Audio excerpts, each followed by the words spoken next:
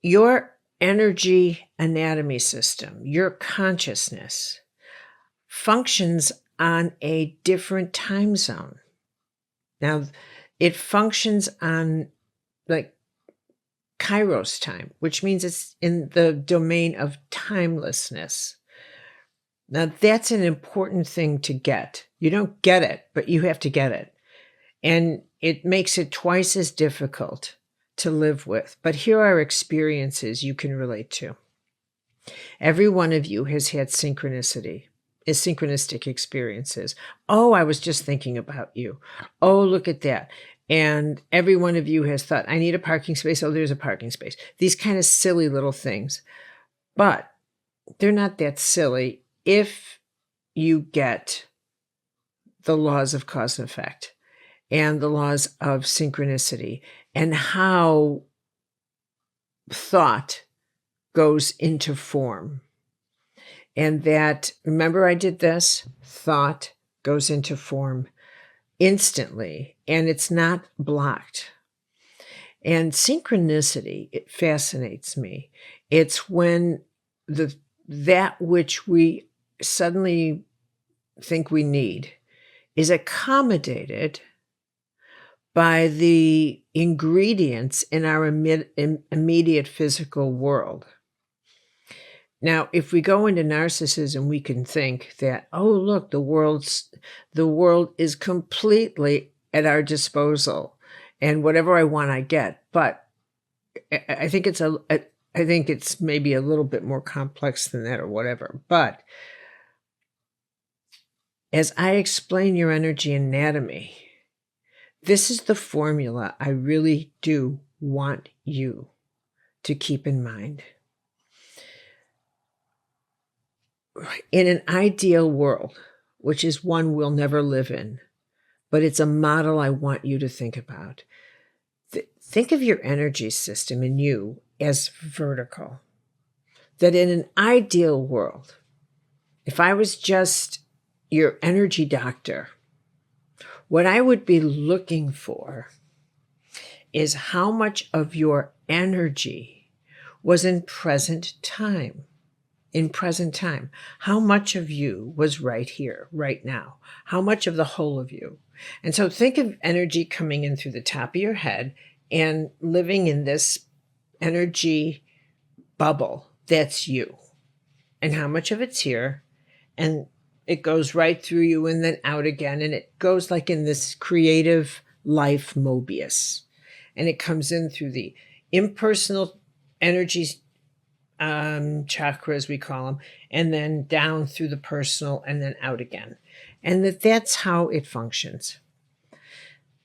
Now, in my fascination with mystics, from Jesus to Buddha to the great cosmic mystics, the greatest of all, Jesus and Buddha, and then into the human mystics like Francis of Assisi and Muktananda and all the great Sufi mystics,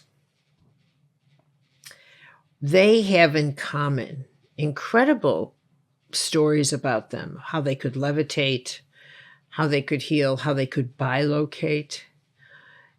And, people weren't imagining that. They weren't making it up. Something happened within the consciousness of these individuals that in the vertical world, somehow these individuals managed to become, this is pure light, more light than chronos, matter.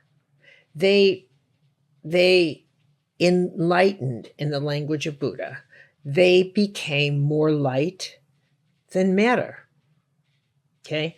Now, one of the things Jesus did was he could heal people instantly. Light went right through him. And as he said one time in a crowd, who touched me? And someone said, what are you talking about? There's 1,000 people around you. He said, no. I felt the power go through me. He was this incredible vessel of pure juice that went right through him. This capacity, and what do all the mystics teach? Be in present time. Be in present time. This fascinated me. Relate to life. Relate to people. Relate to yourself. Get in present time. Present time is the here and now. Okay.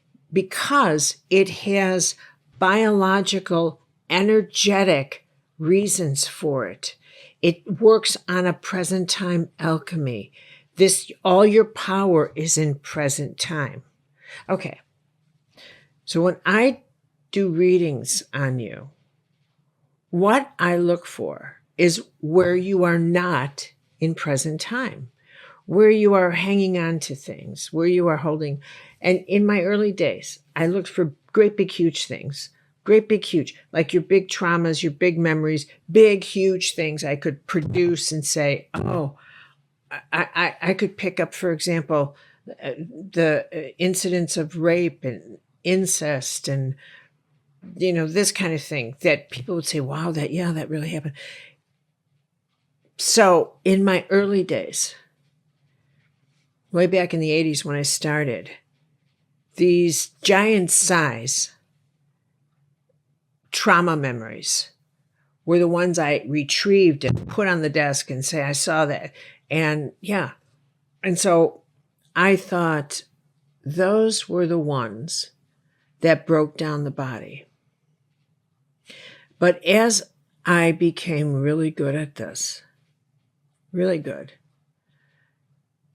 those became the ones that didn't matter as much as the tiny ones that were these little,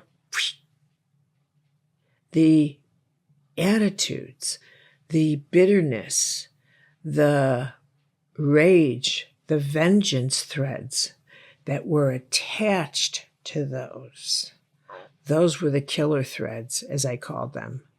Those are the killer threads, the ones that are hard to pick up, okay? But this is my point here that I need to communicate as we go into the energetic anatomy system. Those are the ones that cause you to develop what I call psychic anchors. Anchors that begin to take you out of light and densify. Because every one of those creates weight, W-E-I-G-H-T, psychic weight. And it goes, and you densify. You become denser and denser and denser. And the more anchors you have, the more attachments you have, the more of these threads you have, the more dense you become, the more you create a denser, thick relationship to time. The more time you need to heal, the more time you need for everything. Now let's go to synchronicity. The less likely it is, the more synchronicity requires that you are closer to present time.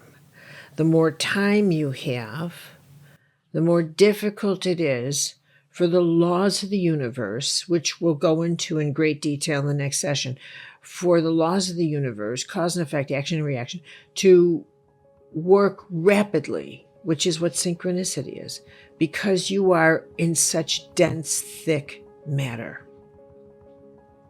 You have too much attachments. You are psychically moving too slowly.